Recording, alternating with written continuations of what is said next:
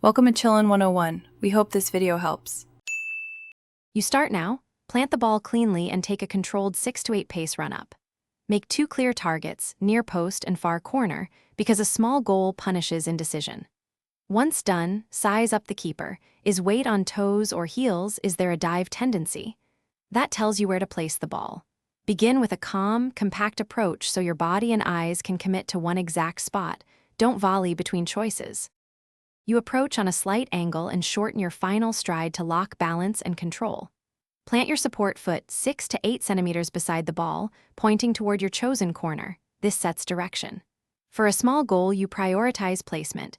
Use the inside for precision or the instep for a driven low shot.